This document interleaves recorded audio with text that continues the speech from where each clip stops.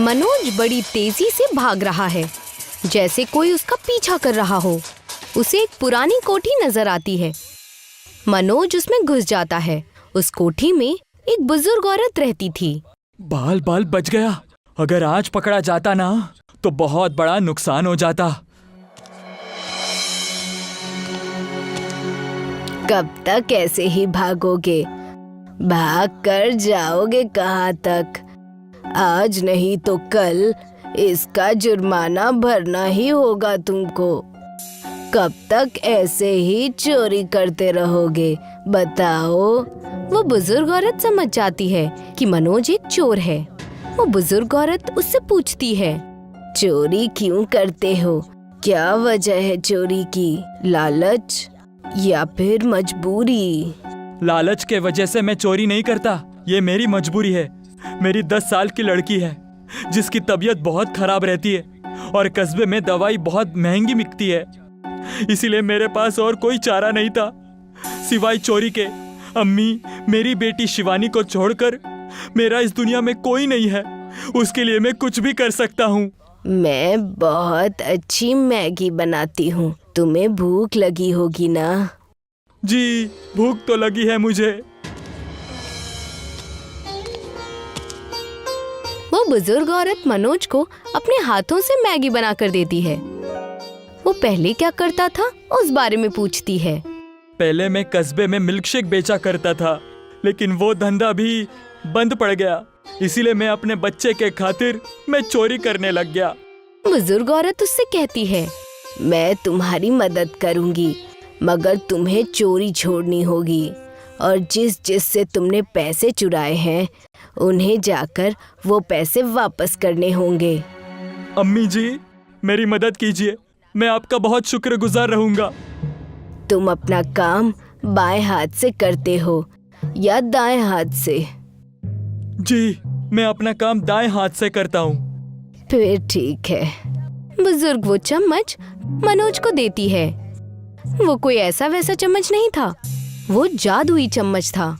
ये जादुई चम्मच है।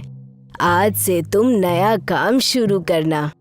मेरे घर से मैगी ले जाओ और मैगी मिल्कशेक बनाना शुरू कर दो। और याद रखना, इस चम्मच को हमेशा अपने दाएं हाथ से इस्तेमाल करना। जी, आपका बहुत बहुत शुक्रिया अम्मा जी। मनोज चम्मच और कुछ मैगी लेकर घर चला जाता है। घर में उसकी बेटी शिवानी बहुत बीमार थी। शिवानी को देखकर मनोज उससे कहता है, तुम्हें अब फिक्र करने की कोई जरूरत नहीं है। तुम्हारे अब्बू सब संभाल लेंगे। पापा, मुझे क्या हुआ है? मैं ठीक क्यों नहीं हो रही हूँ? तुम जल्दी ठीक हो जाओगी। मैं कल से मैगी बेचना शुरू कर दूंगा। मगर पापा, आपको मैगी बनानी आती है? नहीं बेटा, अब वो कल ही जाकर देखना पड़ेगा। एक अच्छी अम्मा ने मुझे मैगी मिल्कशेक बेचने के लिए कहा है, तो मैं कल से मैगी मिल्कशेक बेचना शुरू कर दूंगा। अगली सुबह मनोज अपने ठेले पर पहुंच जाता है और बुजुर्ग औरत के दिए हुए चम्मच से मैगी को मिलाने लगता है। जब वो मैगी मिल्कशेक बना रहा था, तभी वहाँ से एक आदमी गुजर रहा था। फिर से मिल्कशेक का धंधा शुरू कर दिया। मिल्कशेक तो मगर इस कस्बे में बिकती नहीं है, तो क्यों फिर से धंधा शुरू कर रहे हो? ये सिर्फ मिल्कशेक नहीं है, ये मैगी मिल्कशेक है। Maggi milkshake? लाओ जरा मैं भी चख कर देखूं कि तुम कैसी मिल्कशेक बनाकर कस्बे में बेच रहे हो। हाँ, अभी देता हूँ। मनोज उस आदमी को मैगी मिल्कशेक का एक बोल देता है। वो आदमी जैसे ही उसे खाता है, उसके मुंह से पहला शब्द निकलता है, वाह मनोज भाई वाह, ये तो बहुत ही लजीज है। इसे खाकर मानो दिल को सुकून मिल गया। लाओ भाई, एक प्लेट और बनाकर दे दो। जी, अभी देता हूँ। धीरे धीरे करके मनोज की मैगी मिल्कशेक अच्छे से बिकने लगी। मनोज सबके चुराए पैसे भी वापस कर देता है। बस जमींदार के पैसे वापस करने बाकी रह गए थे। मनोज जमींदार के घर जाता है और उससे कहता है, जमींदार साहब, मुझे माफ कर दीजिएगा। मैंने आपके पास से कई दिनों पहले कुछ पैसे चुराए थे। मैं आपको वो पैसे वापस देने आया हूँ और साथ में दुकान की मैगी मिल्कशेक भी लेकर आया हूँ। बताओ, मेरे घर से तुमने पैसे चुराए और मुझे पता भी नहीं चला। मेरे पास पैसे इतने हैं, इसीलिए मैं भूल ही जाता हूँ। मगर तुमने मेरे घर से चोरी की थी, मैं तुम्हें ऐसे तो जाने नहीं दूंगा। उसके 2 गुने पैसे लाकर देने होंगे तुम्हें। जी, मैं 2 गुने पैसे लेकर आया हूँ। जिसके घर से मैंने पैसे चुराए थे उन सबको मैं 2 गुनी पैसे ही दे रहा हूँ, और साथ में अपनी मैगी मिल्कशेक भी। मनोज जमींदार को पैसे वापस दे देता है। जमींदार हैरानी में पड़ जाता है कि ये मनोज के पास इतने पैसे आए कैसे। वो ये सब चुराए हुए रकम का दुगना वापस कर रहा है। जमींदार अपने चेले गुल्लू को बुलाता है। ए गुल्लू, ये कस्बे का चोर मनोज अचानक से इतना रईस कैसे हो गया? आखिर किसके घर पे इतना बड़ा डाका डाला है इसने? डाका नहीं, धंधा खोला है मनोज ने मैगी मिल्कशेक का, जो पूरे कस्बे में मशहूर हो गया है। मैंने सुना था कि उसकी मैगी मिल्कशेक खा के ही दिल में एक सुकून मिल जाता है। अच्छा, जरा मैं भी तो चक्कर देखूं इस मैगी मिल्कशेक को। जमींदार मैगी मिल्कशेक को चक्कर देखता है। ओह, कितना लजीज है ये मैगी मिल्कशेक। अब समझ में आया कि क्यों इस मनोज के पास इतने पैसे आए हैं। मालिक, तो फिर क्या सोच रहे हैं आप? कोई ना कोई तो राज जरूर होगा जो वो इतना लजीज मैगी मिल्कशेक बना रहा है। जाओ गुल्लू, जरा देख कर आओ क्या माजरा है। गुल्लू अगले दिन मनोज की दुकान पर जाता है, ये देखने कि वो मैगी मिल्कशेक को किस तरह से बनाता है। पहुंचते ही वो मनोज से कहता है, अरे मनोज, लाओ भाई, मुझे 1 प्लेट मैगी मिल्कशेक देना। हाँ गुल्लू, अभी देता हूँ। मनोज गुल्लू को 1 प्लेट मैगी मिल्कशेक देता है। मिल्कशेक खाते खाते गुल्लू मनोज से सवाल पूछता है। अरे मनोज भाई, एक बात बताओ, तुम इतनी लजीज जो मैगी मिल्कशेक बनाते हो, उसका राज क्या है भाई? उसका राज ये चम्मच है, ये जादुई चम्मच है। उस कढ़ाई का खाना बहुत ही लजीज हो जाता है। क्या है इस चम्मच में? मनोज गुल्लू को अपनी बेटी से लेकर उस बुजुर्ग औरत तक का सारा किस्सा बता देता है, और गुल्लू सारी बातें सुनकर जाकर जमींदार को बता देता है। तो ये माजरा है गुल्लू, मुझे वो चम्मच चाहिए। मैं खुद का मैगी मिल्कशेक का धंधा शुरू करना चाहता हूँ। तो मालिक, आपने आगे क्या सोचा है? हम दोनों उसके दुकान में जाकर उससे वो चम्मच चुरा लेंगे। चोर के घर पर चोरी। मालिक, आप तो बड़े चोर निकले। चुप रहो और रात होते ही मेरे साथ चलना। रात होते ही जमींदार और गुल्लू दोनों मिलकर मनोज की दुकान में घुस जाते हैं और उस चम्मच को ढूंढने लगते हैं। फिर तभी गुल्लू को वो चम्मच नजर आ जाती है। मालिक, ये देखिए, वो जादुई चम्मच यहाँ पर रखा हुआ है। तो देख क्या रहा है बुद्धू, उठा कर लेकर आ। अगली सुबह जब मनोज अपनी दुकान पर आता है तो वो देखता है कि वहाँ पर उसका चम्मच नहीं रखा होता है। वो हर जगह अपनी चम्मच को ढूंढता है, मगर उसे वो चम्मच कहीं नजर नहीं आता। आज पहली बार था जब उसकी बेटी उसके साथ दुकान तक चल कर आई थी। बेटा, मैंने यहीं पर वो चम्मच रखी थी, लेकिन मुझे वो चम्मच कहीं नजर नहीं आ रही है। कोई बात नहीं पापा, अब मैं ठीक हो चुकी हूँ पूरी तरह। आज से हम दोनों साथ मिलकर खूब मेहनत करके पैसे कमाएंगे। ऊपर वाले ने दिया, ऊपर वाले ने लिया, ऊपर वाले का ही कुछ होगा। और दूसरी ओर जमींदार और गुल्लू दोनों मिलकर खुद की मैगी मिल्कशेक की दुकान खोलते हैं। मगर एक बात उनमें अलग थी। जमींदार और गुल्लू दोनों ही बाएं हाथ से अपना काम किया करते थे। बुढ़िया ने चम्मच देते वक्त मनोज से कहा था, अच्छा है तुम दाएं हाथ से काम करते हो, क्योंकि अगर बाएं हाथ से काम करते तो ये चम्मच उल्टा काम करता। औरत वहाँ से गुजरती है और जमींदार की मैगी मिल्कशेक को देखकर वहाँ पर रुक जाती है। अरे जमींदार साहब, आपने भी मैगी मिल्कशेक बेचना शुरू कर दिया? जी हाँ, पूरे कस्बे में सबसे बेहतरीन मैगी मिल्कशेक मैं बनाता हूँ। उस मनोज से भी अच्छा। अगर ऐसा है तो मुझे भी खिलाइए ना ये मैगी मिल्क शेक। जी अभी खिलाता हूँ। ए गुल्लू, 1 प्लेट गर्मा गर्म मैगी मिल्क शेक दे इन्हें। जी मालिक। गुल्लू 1 प्लेट मैगी मिल्क शेक निकाल कर ग्राहक को दे देता है। दिखने में तो बड़ा ही स्वादिष्ट लग रहा है। जैसे ही वो औरत 1 चम्मच उस मैगी मिल्क शेक का निवाला खाती है, वैसे ही उसके पेट में दर्द होने लगता है। छी, ये क्या खिला दिया आपने मुझे? इतना गंदा मैंने पहले कभी अपनी जिंदगी में कुछ नहीं खाया। अब जमींदार होकर अपने ग्राहकों को इतना गंदा खाना खिलाते हो। अरे गुल्लू, जरा मुझे चखने के लिए देना। उसे खाते ही वो गुल्लू से कहता है, छी गुल्लू, तुमने बनाने के बाद इसे चखा नहीं था क्या? जब ये सब हो रहा था तभी वहाँ पर प्रधान और मनोज आ जाते हैं और जमींदार से कहते हैं, जमींदार, जिस चम्मच को तुम इस्तेमाल कर रहे हो वो चम्मच मनोज का है। उसे वो चम्मच वापस कर दो। नहीं प्रधान जी, आपको तो पता है कि ये मनोज चोरी किया करता था। इसने ये चम्मच मुझसे चुरा लिया था। मैंने बस मेरा सामान मुझसे वापस लिया है। झूठ, साफ साफ झूठ, क्योंकि ये चम्मच मेरे पूर्वजों का है, जिसे मेरे अम्मी ने मनोज को दिया था।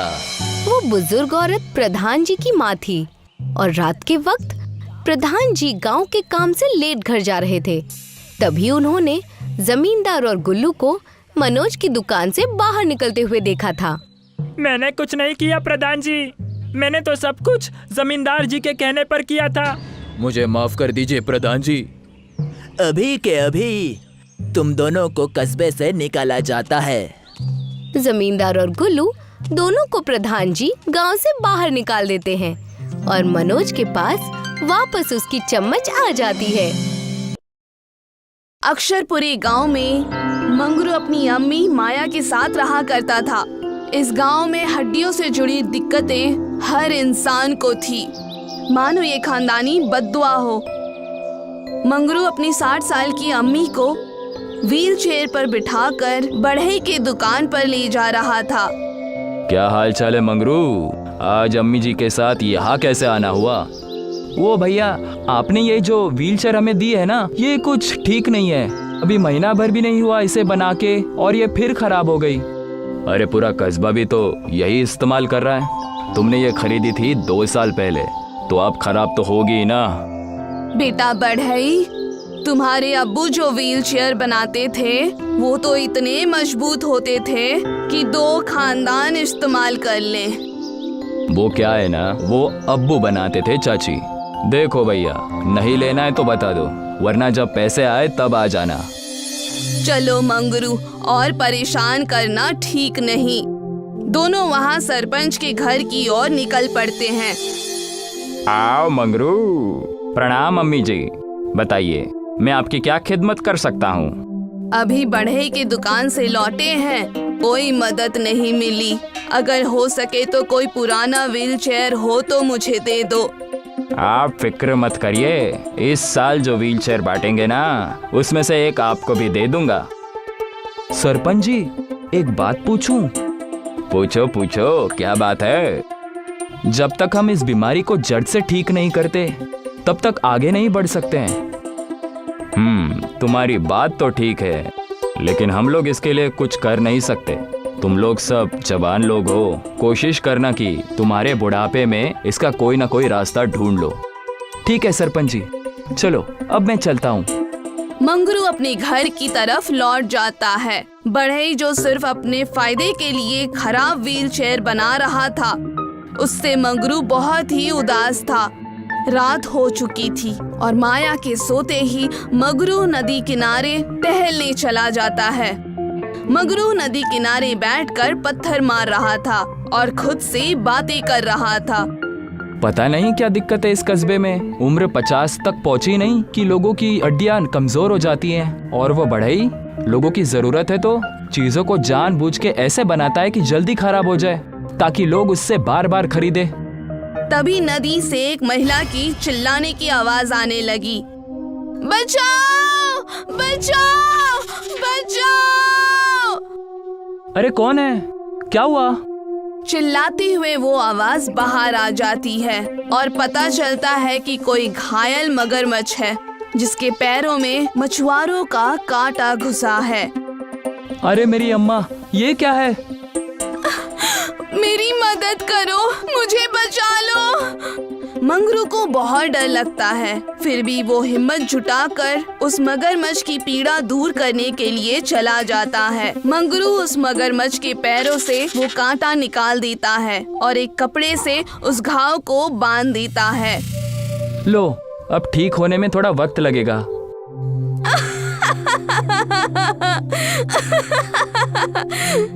तभी वो मगरमच्छ एक सुंदर जल कन्या के रूप में परिवर्तित हो गई और मंगरू से मुस्कुराकर कहने लगी, मैं एक जल परी हूँ। मुझ पर एक बहुत ही बड़ा श्राप था। मैंने अपने रूप के अहंकार में ही एक ऋषि को बुरा भला कहा था और उनका अपमान किया था।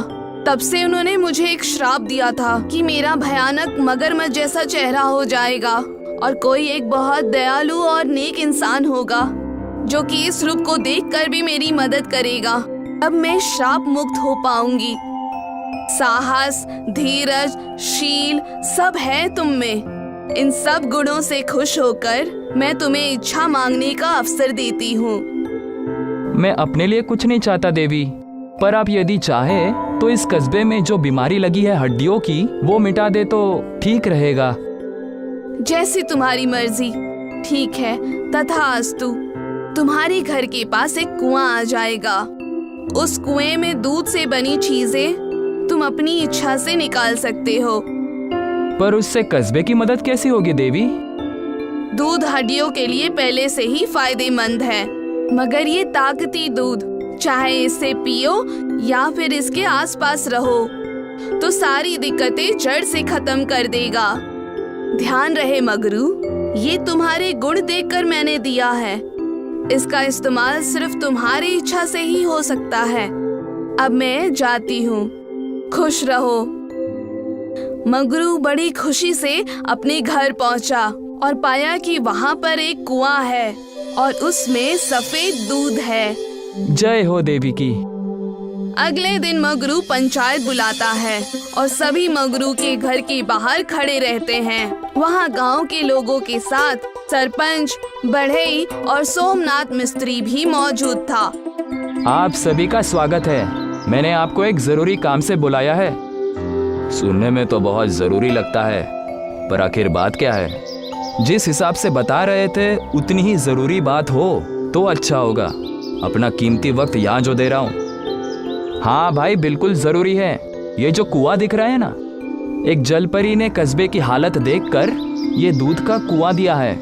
ये मेरे हिसाब से जो भी दूध के चीजें मैं इस कुएं से निकालूं, उसके इर्द गिर्द रहकर पूरे कस्बे की हड्डियां ठीक हो जाएंगी और ये पुश्ते वाली बीमारी गायब हो जाएंगी। मजाक है क्या? ये जरूरी बात थी जिसके लिए तुमने सबको बुलाया। मैं जानता हूँ कि ये वरदान और श्राप की बातें मानना मुश्किल है। आप लोग खुद उस कुएं के दूध से दूध को चख कर देख लीजिए। मंगरू की बात सुनकर सभी गांव वालों ने कुएं में झांक कर देखा और पाया कि सही में उसमें दूध है।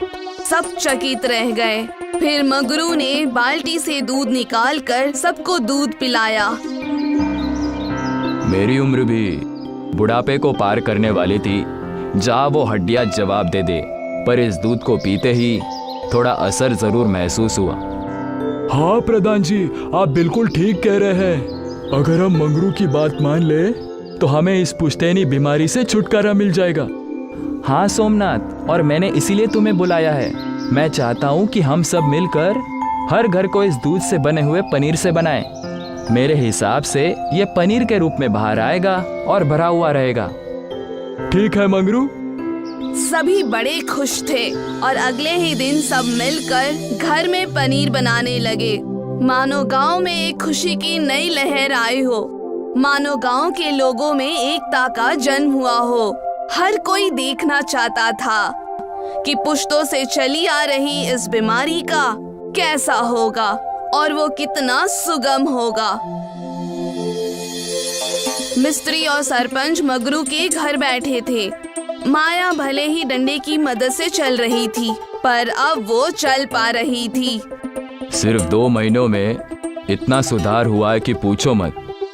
हाँ सरपंच जी, अगर सब ठीक रहा तो सिर्फ 2 साल में ये दिक्कत जड़ से खत्म हो जाएगी और आने वाली पीढ़ी को कभी दिक्कत ही नहीं होगी। पर एक बात ध्यान में रखिएगा कि वो बढ़ई, उसने मेरी नाक में दम करके रखा है। कहता है कि मैं कस्बे की मदद ना करूं।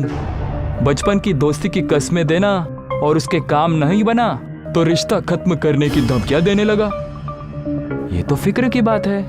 आखिर वो ऐसा क्यों कर रहा है सरपंच जी? तुम भोले हो बेटा मंगरू, इसीलिए समझ नहीं पा रहे हो।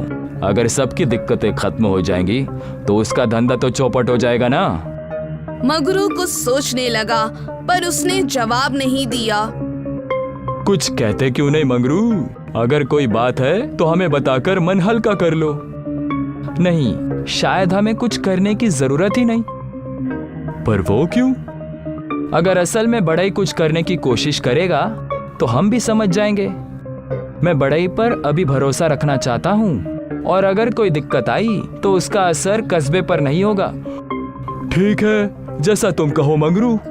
सब अपने घर चले गए और मंगरू गांव में दूध बांटने निकल गया।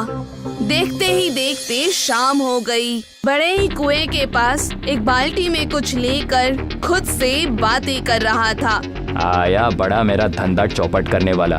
लोगों का नेता बनने का बहुत शौक है ना।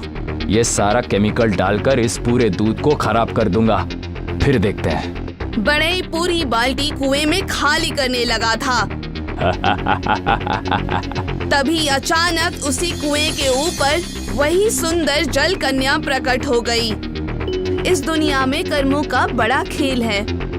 चाहो या ना चाहो, जानकर करो या अनजाने में, पर कर्म करे बिना जिंदगी नहीं चलती।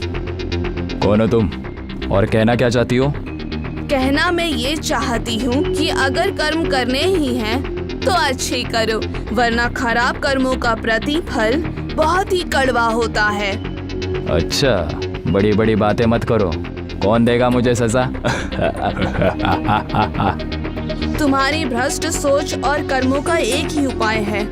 मैं तुम्हें ये बद्दुआ देती हूँ कि तुम्हारी हड्डियाँ लचीली हो जाएंगी और तुम खुद का वजन भी नहीं उठा पाओगे। तब तुम्हें समझ आएगा कि जिन लोगों को ये परेशानी है वो कैसे झेलते हैं। और ये बद्दुआ तभी टूटेगी जब कोई इंसान जो कि बिल्कुल भ्रष्ट ना हो और नेक हो, वो तुम्हारी मदद करेगा। वो तुम्हारी करतूतों को जानकर भी माफ कर देगा। वड़ई किसी लचीली चीज की तरह जमीन पे गिर गया और जल कन्या वहाँ से गायब हो गई। बचाओ मुझे, बचाओ, कोई बचाओ, बचाओ मुझे। मंगरू तभी सोमनाथ के साथ वहाँ पहुँचा और देखा कि वड़ई किसी लचीली वस्तु की तरह जमीन पर गिरा हुआ है। अरे भाई बढ़ई, ये क्या हुआ तुम्हें? भैया बचा लो, मुझे माफ कर दो, इस श्राप से मुक्त कराओ। पर तुमने ऐसा किया क्या है?